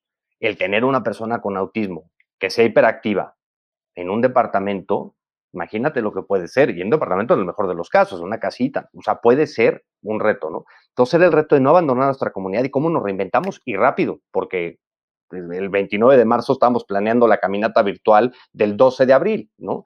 Y la implementamos y todo salió bien, afortunadamente, participaron 4,500 personas, montamos una plataforma de donativos para centros terapéuticos, recaudamos cerca de 480,000 pesos. Terminamos eso decir, ¿y qué sigue, no? Oye, ¿qué aprendimos con esto? Pues que esto lo podemos llevar a todo el tercer sector. Hay un movimiento global que se llama Giving Tuesday, que ahorita te platico más del tema, pero se adelanta a mayo por las circunstancias dentro del marco del hot sale y de esto, y crean el Giving Tuesday Now en mayo. Y cuando veo eso, digo, es el momento perfecto para hacer una campaña con otras organizaciones de cualquier causa. Hicimos una carrera virtual convocando a las organizaciones de la causa que fueran con mi equipo de trabajo y una empresa que se llama Recaudia, que tiene una plataforma de recaudación de fondos. Ahora sí que nos aliamos, nos juntamos las fortalezas que teníamos como equipos y dijimos, vamos a trabajar, olvidémonos del autismo un segundo, por esto, por la sociedad civil, ¿no? Y armamos una carrera virtual que participaron 140 organizaciones. Entre 61 organizaciones recaudamos más de 2,400,000 pesos. Y fue el de voltear a ver y decir, órale, lo que hicimos, como una carrera virtual de procuración de fondos, ¿no? Y de repente empezamos, ¿y ahora qué más hacemos? Porque, pues, ok, ya sobrevivimos abril, ya sobrevivimos mayo, pero nos quedan, para esto va para largo. Y fue de aventarnos y decir, a ver, ¿qué podemos hacer en el mundo virtual? Pues torneo de póker virtual, torneos de Fortnite, un simposio virtual de X-Frágil. El X-Frágil es la primera causa genética de discapacidad intelectual asociada al autismo. De ahí empezamos a tratar de virtualizar todo lo que pudiéramos hacer y a probar todo, desde un torneo de póker virtual hasta torneos de Fortnite, torneos de Smash Bros. Y tratar pues de salir adelante, ¿no? Y aparte no abandonar a nuestra comunidad, haciendo Facebook Lives, dando contenido, haciendo conferencias con especialistas y demás, porque lo que más urgía en ese momento para la comunidad era facilitarles información de qué hacer con tu hijo con autismo en casa, ¿no? Entonces fue un reto, la verdad, que hoy te lo puedo contar con una sonrisa, pero obviamente fue duro. No digo que haya sido fácil. Y encima ponen las circunstancias del COVID, en donde ahora sí que en julio alguien de mi equipo tuvo, en agosto otro, en septiembre otro, en octubre otro, en noviembre otro, yo digo, ahora sí que la literalidad más y coloquialidad más fuerte, un cagadero por todos lados, ¿no? Y aparte no abandones a tu comunidad y aparte sobrevive como organización. Fue un reto, la verdad, bastante, hoy te lo puedo decir, interesante. En ese momento decías, ya, güey, por favor, ¿no? Cuéntame un poquito de por qué tienes tan presente ahorita la película Young Guns 2. Me encanta porque hay una escena de la película que ahorita te la platico, pero en abril, cuando cancelamos todo, pues obviamente el pánico general, ¿no? Y ahora sí que convoco a mi consejo directivo de urgencia para decir, señores, acabo de quitar 60% de los ingresos del año, que curiosamente nos daban para vivir abril, mayo, junio, julio y agosto, ¿no? Y agarran y me dicen, ¿y qué vas a hacer? ¿No? O sea, te pones a buscar chamba ahorita, vemos cómo soportamos Ilumina Azul, y les dije, quietos, ¿no? O sea, I shall finish the game, ¿no? Hay una anécdota de la película de John Guns que me encanta, que Billy the Kid, en una bronca ahí que tiene con el otro, con Doc, agarra y le dice que hay 3 clases de personas ante el fin del mundo, ¿no? Les dicen, el mundo se va a acabar, y hay 3 tipos de personas: el que sale corriendo con su familia y a la iglesia a rezar todo el día, el que se va a un prostíbulo a meterse con viejas y a tomarse una botella de mezcal, y el tercero que dice, I shall finish the game, ¿no? Voy a terminar el juego. Y yo en ese momento agarré y se convirtió un poquito en mi mantra del año, es decir, yo terminaré el juego. ¿Cómo? ¿Cuándo? ¿Hasta dónde? No tengo ni idea, pero yo termino el juego, ¿no? Porque Iluminemos de Azul tiene que trascenderme a mí, porque Iluminemos de Azul es un trabajo que necesita, por un lado, la sociedad para concientizar, pero lo más importante, el apoyo a familias que brindamos. Y dije, esto no lo puede parar una pandemia, esto no es, y lo digo con todo respeto, pero esto no es un puesto de tacos que puedo cerrar mañana, ¿no? Y no pasa nada y me pongo a buscar trabajo, ¿no? Y tenía una presión por todos lados pues, con el agua al cuello económicamente, decir, oye, pues no solo, ahora sí que sobrevive Iluminemos de Azul en temas de gastos operativos, y tú qué vas a hacer al respecto, ¿no? Y afortunadamente, pues aquí estamos, man, aquí estamos, ahora sí que de pie. Has dicho que Iluminemos de Azul te ha enseñado mucho sobre el desapego. ¿A qué te refieres con eso? Fíjate que el hecho no sé cuál sea el hecho, ¿no? Pero yo cuando empecé cuando decido y cuando voy ahora sí que transitando este camino como Iluminemos de Azul, empecé a valorar tantas cosas, Oso, que donde me asusté, francamente, un día choqué, así literal, en un tope me le monté al coche encima, ¿no? Y de repente llega el seguro, ya todo, no nos pasó nada, fue relativamente leve, pero cuando se llevan el coche al taller, de repente me hablan y me dicen, oye, pérdida total. Y digo, güey, si no estuvo tan duro, pérdida total. Y digo, en la madre, ¿y ahora qué hago? Pues nada, no necesito coche. ¿Cómo no necesitas coche? Pues no necesito coche. Existe Uber, ¿no? O sea, fue cuando me espanté, en el sentido de decir, darme cuenta que lo fácil que fue desprenderme de un coche y de decir, no necesito coche. Me asusté en ese momento, como que después dije, ¿cómo, güey? ¿Qué estás pensando, no? Pero cuando tienes, y dice Jorge Font una frase que me encanta, que dice que dejarte tocar por la realidad de otras personas te permitirá conocer los rincones más profundos de tu alma. Y todo este trabajo a mí lo que me ha llevado es pues, no sé, a desapegarme de muchas cosas y a valorar realmente lo importante, ¿no? O sea, y lo digo, ¿quién en su sano juicio a los 40 años agarra y dice, a la fregada mi trabajo, voy a emprender socialmente con una fundación? Porque hay de emprendimientos sociales, ¿no? Pues hacer un sacrificio profesional, creo que bastante fuerte, ¿no? Y el desapego que he tenido yo para muchas cosas ha sido, la verdad, para mí muy interesante en cuanto a mi desarrollo personal. ¿Qué es lo importante? La familia, el impacto social, las personas que tienes cerca, ¿no? También te he oído decir que Iluminemos de Azul no lo haces por tu hijo, que lo haces por ti. Sí, eso, porque luego puede sonar muy trivial, ¿no? Pero de repente así personas, es que qué padre, qué bonito lo que haces por tu hijo, el acto de amor más grande. Y digo, a ver, el acto de amor está implícito, pues sí es mi hijo, ¿no? Y mi hijo no tiene la culpa de que su papá es un tipo inquieto, ¿no? Lo hago por mí, porque descubrí algo en mí que no conocía, ¿no? El hecho y el primer evento que hice, el Toro se viste azul, llegué a las 3 de la mañana agotado a mi casa, me senté en la cama con Álvaro dormido y dije, agárrate el demonio que acabas de levantar, esto me encantó. O sea, haber hecho algo y en ese momento pensaba de esa magnitud, ¿no? Haber hecho algo como lo que hicimos, a mí me dio una plenitud increíble, ¿no? Y de los momentos así más padres que he tenido no te lo puedo explicar, pero es un vacío que llena, ¿no? Cuando hicimos la función del Rey León en América Latina, cuando hicimos la Copa de Fútbol en Campo Marte, hicimos una Copa de Fútbol en Campo Marte épica. Acabé el domingo, después de hacer la Copa 3 días, estar parado de 7 de la mañana, 8 de la noche, 3 días seguidos, agotado. Me acosté en medio de Campo Marte solo y volteé para arriba y yo decía, wow, ¿no? Cuando hice la función del Rey León en el Teatro Telcel, salí de ahí después de todo lo que habíamos vivido, había 1,400 gentes en el teatro, lo llenamos, salgo, me paré y me fui caminando toda la vía del tren del Museo Sumaya a la Torre Virreyes, me fui caminando solo a las 10 de la noche, ¿no? A la vía del tren, tratando de entender lo que había pasado. Y cuando iba pasando por el buceo recién saliendo, o sea, me paré y dije, que se caiga esto y me aplaste si hace falta. Yo ya, o sea, la plenitud que sentí en ese momento fue increíble, ¿no? Eso es lo que a mí me mueve y eso es lo que a mí me apasiona de lo que hago y que a lo mejor me volvió adicto a lo que hago también, ¿no? Esta es una parte que me parece muy interesante porque la gente cree que la caridad siempre se trata de terceros, cuando la realidad es muy diferente. Yo creo que la caridad es un acto bastante egoísta.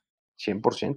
100% porque te hace sentir bien a ti también, ¿no? O sea, cuando lo haces de corazón. Y creo que el mexicano puede ser la persona más generosa cuando se trata de solucionar temas urgentes, ¿no? Si yo ahorita hago una campaña y digo, a ver, estoy recolectando cobijas para personas en Coajimalpa o en Huixquilucan que se están muriendo de frío y pongo en mi Facebook que necesito 100 cobijas, voy a tener 250, ¿no? Las personas reaccionamos ante la urgencia y la necesidad de manera épica.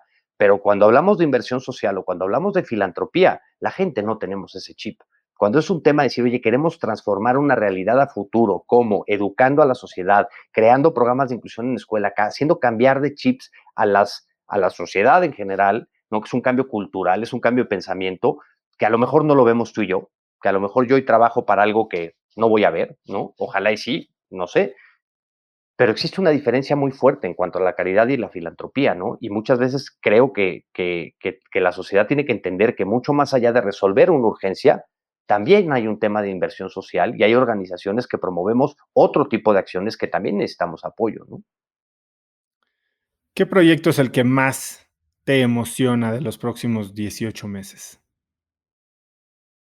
Repetir el encuentro virtual que hicimos, porque dentro de toda esta vorágine que hicimos un encuentro virtual iberoamericano de autismo, un proyecto que traíamos 2 años y medio atorados por dinero, ojo, porque hacer un congreso del tamaño de lo que quería hacer me hubiera costado 2,5 millones de pesos en viáticos, de traer todo lo que quería traer, ¿no? Y cuando estábamos en el contexto en el que estamos, dije, pues ahorita les mando un link y los grabo, así de fácil, ¿no?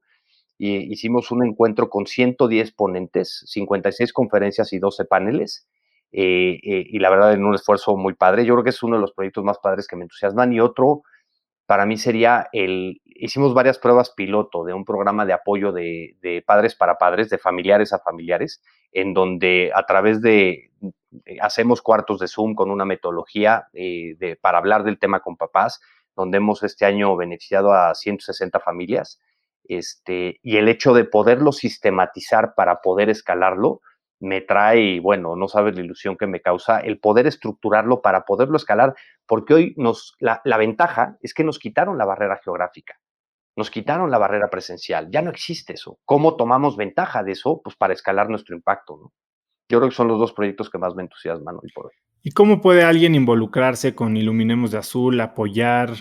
¿Cuál sería la mejor manera? Uno de tal vez pedir ayuda, o no sé si es algo que atiende a la sociedad civil directamente o si es algo más como de segundo nivel. ¿Y cómo pueden ayudarte? Nos movemos en 3 frentes, ¿no? Y nos pueden contactar a través de Facebook, que es el medio más fácil que nos contactan, o el más, digamos, bueno, sí, más accesible, para pedirnos ayuda en el sentido de la ayuda que nosotros podemos proporcionar, ¿no? Porque no damos becas o sea, nosotros no somos un centro de atención terapéutica, no damos becas, aunque dábamos, pero pues este año ha sido imposible. Pero damos acompañamiento a las familias, proporcionamos información, tenemos un directorio de especialistas con más de 300 entes especialistas en todo el país, referimos, y tenemos el grupo de apoyo para papás, tenemos una línea de atención telefónica de apoyo emocional también, en donde la gente puede llamar y recibir apoyo psicológico. Y nos pueden invitar ahora sí que a toda la audiencia, Oso, a que nos sigan Iluminemos de Azul en Facebook, en Instagram, y que vean el trabajo que hacemos. Y por supuesto, quien pueda realizar un donativo mensual, que es lo que buscamos, porque es lo que nos mantiene de alguna manera, ¿no? 200 pesos mensuales, 300 pesos mensuales, por supuesto que ayudan, que pueden entrar a la página de internet y realizar un donativo, por supuesto, ¿no? Y invertir, es un tema de inversión social y es para mí el formar parte del cambio que quieres ver en el mundo, ¿no? El mexicano muchas veces está pensando en que los demás le solucionen todos sus problemas o está metido en sus propias circunstancias y no nos damos cuenta que no hay acción pequeña, que no hay donativo pequeño y que una cosa puede llevar a la otra, ¿no? Yo he sido ahora sí que testigo en cuerpo y alma de cómo una pequeña acción lleva a una mejor y a una mejor y una mejor y se crean círculos virtuosos, ¿no? Y creo que la cultura de generosidad hoy por hoy es algo que tenemos que promover mucho más en México, ¿no? Hay movimientos y yo digo, a ver, o sea, apoya la causa en la que crees, apóyala, ¿no? O sea, pero no te quedes sentado, no seas, y lo digo muy burdamente, pero no te conviertas en activista de Twitter, mentarle la madre a alguien que no estás de acuerdo, llámese un político en Twitter, pues a lo mejor sirve para poner un tema en la conversación, sí, que va a durar 3 segundos, Twitter va muy rápido, no te conviertas en activista de redes sociales, haz algo al respecto, que para mí es lo más importante, ¿no? O sea, ¿y qué puedes hacer? Todo.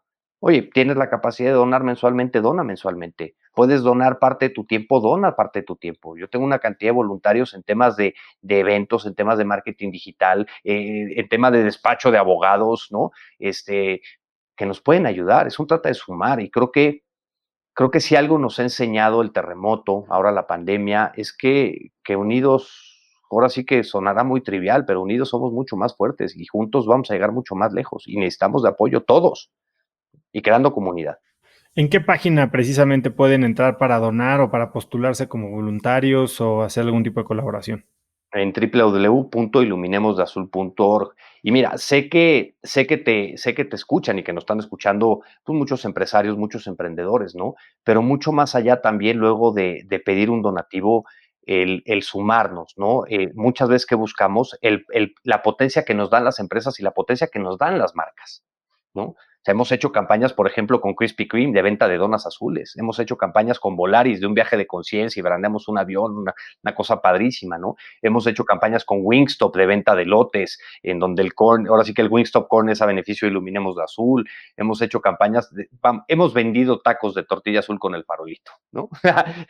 Y digo, a mí me encanta, y fíjate, soy mucho más apasionado del marketing digital y del marketing social que de la filantropía en sí, ¿no? Me fascina tratar de crear cosas, o sea, tengo un jersey enfrente de mí del Toluca azul, que el Toluca nunca en su vida se había vestido de azul, ¿no? Y de tratar de hacer cosas que salgan más allá de lo establecido, o sea, poner un mantel en un farolito, a decir, compra tu taco de tortilla azul porque tus 2 pesos van a Iluminemos de Azul, buscamos mucho el poder de las marcas y la potencia que nos dan las marcas, que fue lo que hemos hecho con el fútbol, para poner el tema en la conversación pública y claro, obviamente, pues para procurar fondos en conjunto, ¿no?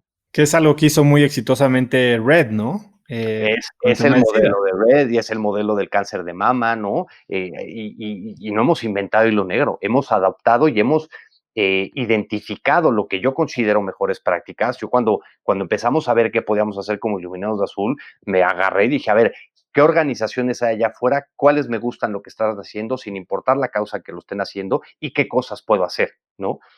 Y a veces nos cuesta mucho trabajo, obviamente, ¿no? Porque también es un mindset mucho más de emprendimiento social, ¿no? Mucho más de que no basta con el donativo. Y muchas veces yo se los digo a las empresas, ¿no? De decir, a ver, si me quieres dar un donativo, dámelo ahorita, dame el cheque y feliz de la vida, ¿eh? Feliz, y lo vamos a usar, no sabes cómo, y te voy a reportar. Pero si me dejas aprovechar el poder de tu marca y el valor de tu marca para hacer algo mucho más allá, vamos a crear mucho impacto social, ¿no? Y los dos tenemos mucho que ganar y que sean relaciones de ganar-ganar, ¿no? La diferencia entre filantropía y patrocinio. Filantropía es el acto de dar sin interés. El patrocinio tiene que tener un interés de por medio para que suceda, si no, no nos enganchamos igual, ¿no? Y es mucho lo que perseguimos, Oso, el potencializar nuestra comunicación a través de las marcas, ¿no? Como lo ha hecho Red, como lo ha hecho el cáncer de mama, como lo han hecho, hay una fundación en Estados Unidos que se llama Susan Komen, de cáncer de mama, que ves las campañas que hacen y te mueres. De Water.org de Matt Damon, tiene una campaña con Stella Artois que te mueres, ¿no? Eso es parte de lo que buscamos y también nos pueden ayudar así. ¿Hay algún libro que recomiendes sobre este tipo de marketing? Fíjate que no he leído ninguno. No lo he querido leer porque ahora sí que no quiero sesgar lo que yo creo y lo que hago, ¿no? Ahorita acabo de terminar de leer uno que se llama True North, que me encanta, que tiene que ver más con un tema de propósito, ¿no? Este año volví a leer ¿cómo se llama? La búsqueda El hombre en busca de sentido. el hombre en búsqueda de sentido, ¿no? Que me encanta el libro, ¿no? Te pone una perspectiva impresionante. Pero no he leído ningún libro, fíjate, de marketing social. No quiero sesgarme. En algún momento lo leeré para validar o para decir aquí no o por acá no. Gerardo, si pudieras escribir un mensaje en el cielo para que millones de personas lo vieran, ¿qué diría? Aviéntate al precipicio y construye tus alas mientras vas cayendo. Es increíble, la verdad, la historia. Teníamos muy pendiente esta plática. Impresionante lo que has logrado, impresionante ver lo que has hecho en términos de reinventarte, que es algo de lo que yo hablo muchísimo con la gente con la que trabajo, de pensar no en lo que haces, sino en lo que sabes hacer y cómo lo aplicas para cumplir tu misión. Y me fascina cómo me lo has contado hoy y cómo Iluminemos de Azul se ha adaptado para inclusive aprovechar oportunidades y, como dices, romper fronteras, ¿no? Eres un crack, Gerardo, te deseo todo el impacto del mundo y te agradezco muchísimo el tiempo que dedicaste hoy, día de Nochebuena. ¿Dónde te puede contactar la gente, seguir, saludar? Gerardo Gaya en mi Instagram y en mi Facebook. Tengo ahora sí que un Facebook público que no soy muy activo en él, pero ahí estoy al pendiente, pero en Instagram y en Facebook como Gerardo Gaya. ¿Hay algo que quieras agregar? Agradecerte el espacio, Oso, porque creo que tenemos que hablar en distintos foros de generosidad, de filantropía, de innovación social, mucho más allá nada más de emprendimiento, ¿no? Y creo que este año, si bien ha sido sumamente difícil para muchos y si bien todos hemos sufrido y vivido pérdidas, creo que también ha sido una oportunidad única y que espero que aprovechemos como sociedad para entender que tenemos que ser la mejor versión de nosotros mismos. Gerardo, muchísimas gracias por tu tiempo, muchas felicidades y mucho éxito en 2021. Igualmente, Oso, muchas gracias a ti. Si te gustó este episodio, compártelo con alguien usando el link cracks.la/104. También sigue Cracks Podcast en Spotify o suscríbete en iTunes y califícame ahí con 5 estrellas para que más gente nos encuentre. Si de verdad quieres ayudarme, deja una reseña ahí en iTunes y si quieres en tu reseña pon algún tema o alguna persona que te gustaría que entrevistara o de lo que quisieras aprender.